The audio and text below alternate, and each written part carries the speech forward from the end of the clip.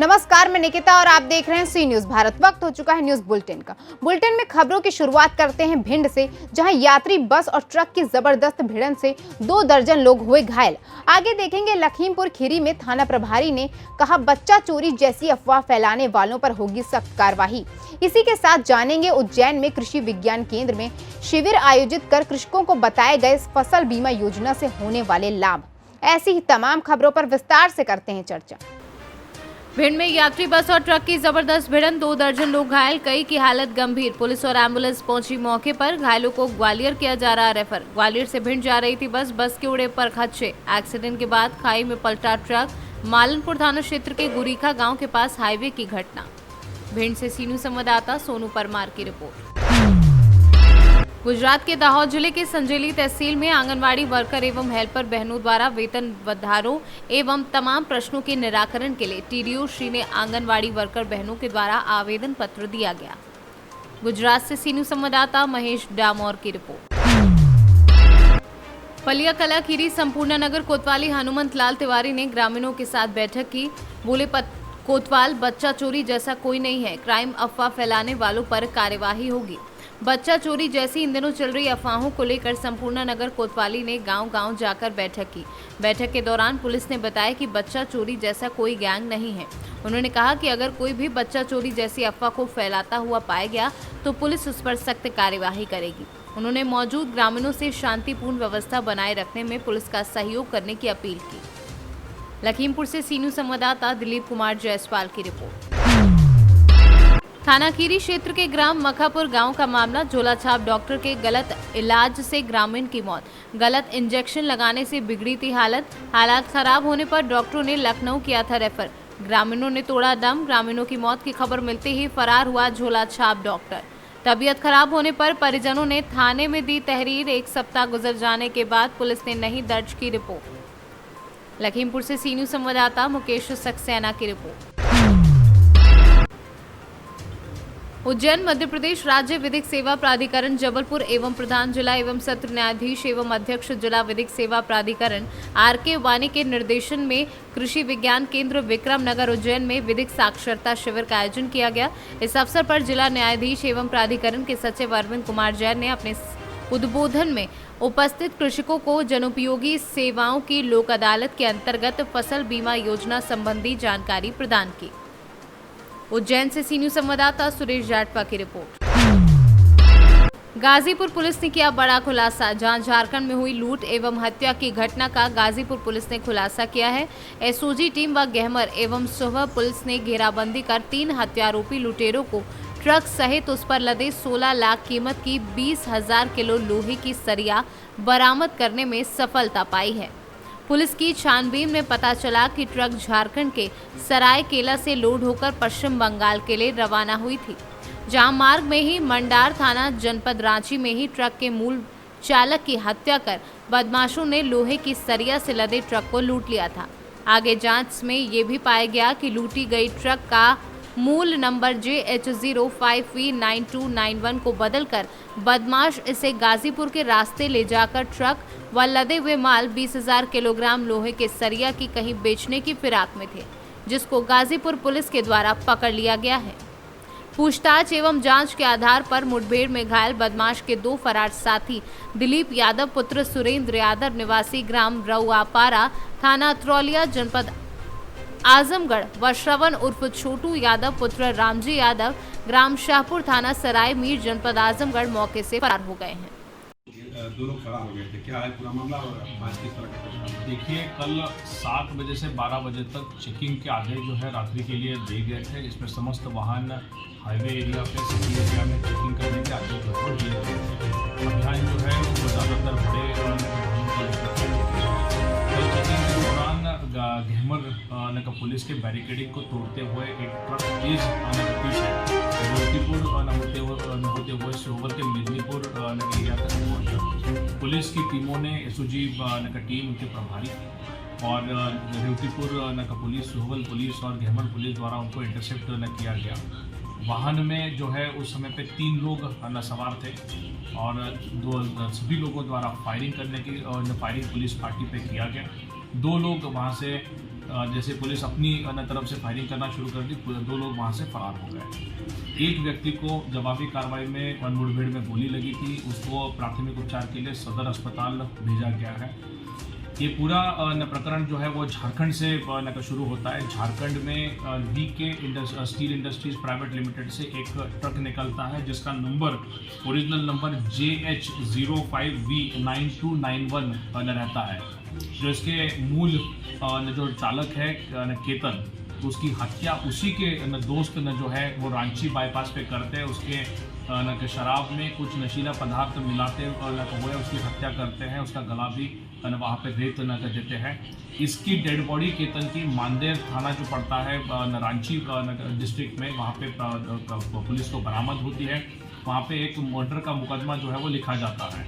जैसे ही इनिशियली झारखंड से सरायकेला से बीके इंडस्ट्रीज के पास से गाड़ी गायब होती है, तो उनके मालिक जो है वो अपनी तरफ से एक मुकदमा अपने ड्राइवर के खिलाफ लिखवाते हैं। इस प्रकार से 2 मुकदमे इसमें पंजीकृत होते हैं। गाजीपुर से सीनू संवाददाता रामू चौरसिया की रिपोर्ट। इंदौर की नेमी नगर जैन कॉलोनी के नेमी नगर जैन मंदिर में दीक्षार्थी ब्रह्मचारिणी साधना दीदी के आर्यका दीक्षा, जो कि 5 अक्टूबर को श्री महावीर जी आतिश्य क्षेत्र राजस्थान में दिगंबर जैन समाज के प्रमुख संत वात्सल्य वारिधि आचार्य गुरुवर श्री वर्धमान सागर जी महाराज के द्वारा प्रदान की जाएगी। उसके पूर्व इंदौर में भव्य शोभा यात्रा एवं गोद भराई का भव्य कार्यक्रम नेमी नगर जैन मंदिर में संपन्न हुआ। इस अवसर पर बड़ी संख्या में समाजजन उपस्थित हुए। में कि दिगंबर जैन समाज में जो साधु संत होते हैं वो दीक्षा के द्वारा जो है श्रावक जो है वो साधु संत बनते हैं। और ये दीक्षा के पूर्व का एक प्रोग्राम है कि जिसमें जो मेरी सासू माँ हैं साधना जी कंठाली, उन्होंने 3 साल आचार्य वर्धमान सागर जी के संग में बिताए और उन्होंने मतलब जो है दीक्षा लेने का उन्होंने प्रण लिया आचार्य जी के सामने, और जिसकी उन्होंने स्वीकृति दी है। आपको मालूम है कि दिगंबर जैन समाज में कोई भी साधु संत अगर दीक्षा लेता है तो उनकी चर्या कितनी कठिन होती है। आप जो विद्यासागर जी, वर्धमान सागर जी जो मुनिराज हैं, अभी माता जी पूर्णमती जी माता जी आई हैं, ये देखा हो कि सिर्फ दिन में एक ही बार आहार लेते, एक ही बार पानी पीते हैं और पूरा तप करते हैं, पैदल चलते हैं, कोई वाहन का उपयोग नहीं करते हैं। तो इस प्रकार जो जैन समाज में जो दिगंबर जैन जो दीक्षा होती है बहुत ही कठिन होती है। और ये उस दीक्षा के पूर्व का एक प्रोग्राम है जिसको हम बोलते हैं वर घोड़ा या बिनोरी और गोद भराई का प्रोग्राम। इसमें दीक्षा लेने के पूर्व एक बार आके जो समाज के सामने एक वर घोड़ा निकाला जाता है ताकि समाज के सभी लोग उन महिला को देख के या जो संत या जो पुरुष दीक्षा लेने वाला उनको देख के एक अनुमोदना कर सके कि हमारी भी ऐसी भावना बने, हमको भी जीवन में ऐसा करने का मौका मिले। तो ये इसमें जो है गोद भराई का प्रोग्राम होगा जिसमें जो है नारियल और चावल की तरह गोद भराई जाएगी और हर आदमी या जो महिला है वो अनुमोदना करेगा कि हम भी भविष्य में कभी हमारे को ऐसा लाभ मिले। इंदौर से सीनू संवाददाता सुरेश बैरागी की रिपोर्ट। मध्य प्रदेश की आर्थिक राजधानी इंदौर में पिछले दिनों क्राइम ब्रांच ने एक नकली महिला एसडीएम को गिरफ्तार किया था, जिसने शुरुआती जांच में कई लोगों को सरकारी नौकरी की देने के नाम पर ठगी की वारदात को अंजाम दिया था। वहीं पूरे मामले में इसके पति को भी आरोपी बनाया। साथ ही उससे पूछताछ में ये बात सामने आई थी कि फर्जी महिला एसडीएम ने 200 रोज पर और नकली वर्दी पहनाकर और नकली पिस्टल देकर गार्ड को भी साथ में रखा था, जिससे वह लोगों पर दबाव बनाती थी। साथ ही उसकी कार भी बरामद की गई है। मुख्य तौर पर ऐसे लोग कई तरह के शॉर्टकट प्रलोभनों का हवाला दे करके, लोगों को प्रलोभन दे करके, लोगों को झूठा विश्वास दिला करके इस तरह का आश्वासन देते हैं और लोगों का एक तरह से आर्थिक और मानसिक शोषण करते हैं। मुख्य तौर पर इस घटनाक्रम में भी जो कई बार कई लोगों को अलग अलग तरीके के नौकरियों के सब्जाग दिखा करके इस महिला ने और उसकी पूरे गैंग ने लगातार इसमें अपनी ठगी का शिकार बनाया और ऐसे दर्जनों लोगों को इन्होंने दर्जनों लोगों से ठगा। बहरहाल इस पूरे मामले में अभी तक इसके पति को भी इसमें से आरोपी बनाया गया है। साथ ही कुछ और लोग जो इसकी मदद कर रहे थे उनकी पहचान की जा रही है और इस मामले में आगे भी और भी गिरफ्तारियाँ होंगी। मामले में जैसे ही सूचना मिली पुलिस ने बड़ी तत्परता से कार्रवाई की, क्योंकि ऐसे मामले बड़े संवेदनशील हो जाते हैं। कोई एक व्यक्ति, कोई एक अपराधी अगर गलत परिचय पत्र दे करके और इस तरह से लोगों को ठगे, और अगर हम कहेंगे कि तो इसका एक दूसरा पक्ष ये भी है कि कई बार जो लोग शॉर्टकट का सहारा करके आगे बढ़ना चाहते हैं वो इनके फंदे में जल्दी फंस जाते हैं, शिकार हो जाते हैं। तो हमें उन चीज़ों का आगे बढ़ने के लिए इस तरह के शॉर्टकट का उपयोग करने से बचना चाहिए। इस तरह के निश्चित तौर पे वही लोग शिकार हो पाए जिन्होंने इस तरह के जिनकी महत्वाकांक्षा रही और इनके झूठे दिलाफे का शिकार हो गए। बहरहाल और भी कुछ अन्य मामले भी 1-2 कायम हुए हैं हाल के दिनों में जिसमें इसी तरह की परिस्थितियां सामने आई हैं।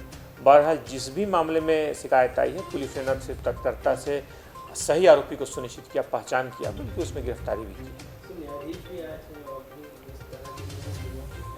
व्यक्ति इसमें कोई भी हो सकता है, पद महत्वपूर्ण नहीं है।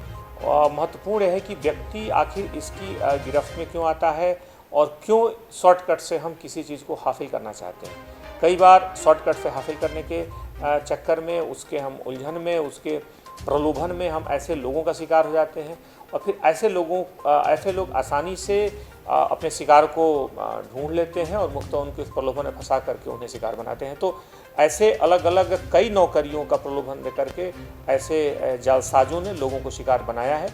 अच्छी बात यह है कि पुलिस के पास जैसी ही सूचना आई है, पुलिस ने न सिर्फ उनकी सही पहचान उजागर की है बल्कि उनके खिलाफ कड़ी कार्रवाइयाँ भी की हैं और मुख्य तौर पर जो पीड़ित हैं उनको ज़्यादा से ज़्यादा न्याय दिलाया जा सके, इसके लिए पुलिस लगातार प्रयास। इंदौर से सी न्यूज़ संवाददाता सुरेश बैरागी की रिपोर्ट। एक तरफ सूबे के स्वास्थ्य मंत्री तेजस्वी प्रसाद यादव के द्वारा 60 दिनों के अंदर स्वास्थ्य सुविधाओं को बेहतर बनाने का निर्देश दिया गया है, वहीं अभी भी कुछ अस्पताल ऐसे हैं जहां के चिकित्सक स्वास्थ्य मंत्री के निर्देशों को भी दरकिनार करने में तुले हैं। उन्हें इस बात की कोई फर्क नहीं पड़ता कि स्वास्थ्य मंत्री के द्वारा क्या कुछ निर्देश दिया गया है और उनके लिए क्या कुछ नियम बनाए गए हैं। ताज़ा मामला सासाराम के सदर अस्पताल से सामने आया है, जहां पर विभिन्न बीमारियों से पीड़ित दर्जनों बच्चे चिकित्सक कक्ष के सामने करीब 2.5 घंटे तक तड़पते रहे, लेकिन चिकित्सक का कोई अता पता नहीं था। अपने बच्चों को तड़पते देख अभिभावक परेशान हो रहे थे। उनके द्वारा लगातार ये पता करने की कोशिश की जा रही थी कि जिन चिकित्सक का ड्यूटी इस विभाग में लगाया गया है वह है कहाँ, लेकिन कोई भी बताने के लिए तैयार नहीं था। आलम तो ये रहा कि अपने बच्चों की परेशानी को कम करने के लिए कई अभिभावक बच्चों को लेकर निजी अस्पताल की ओर रवाना हो गए, लेकिन जिनके पास पैसे का अभाव था वह करीब 2.5 घंटे तक अपने बच्चों को तड़पते हुए देखते रहे, लेकिन कोई भी चिकित्सक या प्रबंधक ये जानने तक वहां नहीं आया कि आखिर उनके अस्पताल में ये बच्चे तड़प क्यों रहे हैं। इस संदर्भ में जब सदर अस्पताल के उपाधीक्षक डॉक्टर श्री भगवान सिंह से उनके संपर्क नंबर पर बात करने की कोशिश की गई तो उन्होंने फ़ोन भी उठाना मुनासिब नहीं समझा। हॉस्पिटल में क्या देखा वेल बनी बच्चे को मतलब जैसे सर्दी जुकाम हो गया है, उसके दिखाने हाथ भी टूट गया तो डॉक्टर को दिखवाया। नीचे वाले डॉक्टर बोला कि सर्दी जुकाम का दवा वहाँ मिल जाएगा, वहाँ डॉक्टर को दिखा लीजिए। अच्छा, और यहाँ है तो 2 घंटे से लाइन में बैठे हैं ऐसे लोग। 2 घंटे से आप बैठे हैं, डॉक्टर साहब नहीं है? नहीं। क्या कुछ पता चल रहा है कि कहाँ है कि नहीं है? नहीं, हमको मालूम नहीं चल रहा। कुछ मालूम पूछ रहे हैं सिक्योरिटी के हिसाब से, तो वो लोग कह रहे हैं कि कहीं गए हैं। कहाँ गए हैं नहीं पता। कहाँ से आए होंगे आप? सिकरिया से हैं। सिकरिया से। क्या नाम हुआ आपका? विनोद साहब। कहाँ पे आई हुई है? हॉस्पिटल आए हैं। कौन हॉस्पिटल आई है? सरकारी हॉस्पिटल। सरकारी हॉस्पिटल किस लिए आई हैं? तो बच्चे की दवाई करने के लिए। बच्चे की दवा के लिए। बच्चे की बहुत ज़्यादा फीवर हो रही है, इसीलिए दिखाने आए हैं। अच्छा। और सबसे फर्स्ट बार आए हैं, या सोचिए 9:30 बजे हम आए होंगे। अच्छा। यहाँ पे हाजिर हुए हैं जब से कोई भी पेशेंट नहीं था, फिर हम अपना नीचे भी इलाज करा लिए, सब हो गया, लेकिन यहाँ आए अब तक कितना भीड़ लग गया, लेकिन अभी तक डॉक्टर साहब नहीं आए। 9:30 बजे से आई हैं? 9:30 बजे से आए। अच्छा, लोग क्या बोल रहे हैं यहाँ पर? बोल रहे हैं कि डॉक्टर साहब ICU में है। अच्छा, यही बात बोल रहे हैं। वही बहाना लोग बना रहे हैं कि बहाना बना रहे हैं, अब जो भी बना रहे हैं, अभी तक आए नहीं। अब हम क्या बता सकते हैं, हम डॉक्टर साहब से थोड़ा मिले हैं, चाहे देखे हैं कि वो कहाँ पे हैं, तो इसी वजह से बैठे हैं कि अब इंतजार। एक बच्चे घर पे छोड़ के आए हैं कि मानते हो, वो भी वेट कर रहा होगा कि मतलब कब आए। कहाँ से आई हुई हैं आप? यही गुलछनी से आए हम। सदर हॉस्पिटल क्या देखावे? बच्ची के दिखावे। बच्चा दिखावे? बच्चा के ही का डॉक्टर साहब नहीं की कहा अभी? ना नहीं। कहाँ गई बनी कुछ पता भी नहीं लगा? अब हमको पता नहीं मिला लोग मेरा गोती नहीं है, बच्चे के लिए है 2 दिन से फुंसी हो गई। अच्छा, ये 8 दिन के हो गए, इसीलिए दिखा। कितना देर से बैठल बनी? आधा घंटा हो गया। आधा घंटा से? आधा डॉक्टर नहीं किया? काहे नहीं? का नाम बापन? काहे नहीं? का नाम बापन? नाम काहे नहीं बताइए ना। बताइए ना, का नाम बापन? हमारा हाँ। सुभंता। कहाँ से आई बनी? पताड़ी से। रोहतास से सीनू संवाददाता पंकज कुमार की रिपोर्ट। टीकमगढ़ जिले की जनपद पंचायत जतारा की ग्राम पंचायत नंदोबारा में एक नई सोच के साथ दीपू दांगी ने कंप्यूटर सेंटर खोला, जिसका उद्घाटन आज किया गया। मुख्य अतिथि समस्त युवा टीम भी साथ थी, जिसमें नंदवारा पटवारी हेमंत पटेरिया, लाइनमैन शिशुपाल, GIAS प्रतिज्ञा इंस्टीट्यूट पृथ्वीपुर के संचालक नितेन विश्वकर्मा, ऋषभ साहू, ग्राम पंचायत के युवा सरपंच विनोद राय व अन्य लोग इस दौरान उपस्थित रहे। सिंह दांगी और दीपू सिंह दांगी।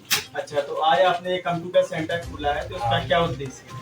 इसका मेन उद्देश्य है, सबसे पहले जो हमारे गांव के कंप्यूटर कोर्स से वंचित युवा है, उनके लिए अपने मतलब ये पहल है, उनको कंप्यूटर के बारे में सही से ज्ञान दें, उनको कोर्सों के बारे में बताएं, ताकि आगे उन्हें रोजगार मिल सके और वो खुद ही डेवलप हो सके। मेरा मेन उद्देश्य यही। और मेरे गाँव के जो युवा हैं, जो कहीं दूर नहीं जा सकते शिक्षा के लिए, या कंप्यूटर सीखना, किसी को डिप्लोमा करना, वो दूर नहीं जा सकते, तो एक उद्देश्य भी हमारा, जो हमारे गांव के, हमारे क्षेत्र के जो शिक्षित युवा भाई बहन हैं, उनको कहीं और ना जाना पड़े, इसलिए बहुत अच्छी सोच आपने रखी है। और इसमें जो लागत का पेमेंट हुआ है, वो आपने अपने घर से किसी ने सहयोग नहीं, तो किसी ने सहयोग नहीं दिया, हमने अपना पर्सनल खर्च किया, मतलब इन्वेस्ट किया। टीकमगढ़ से सी न्यूज़ संवाददाता साकेत यादव की रिपोर्ट। फिलहाल के लिए इस न्यूज बुलेटिन में बस इतना ही। देश और दुनिया की तमाम खबरों के लिए देखते रहिए सी न्यूज भारत।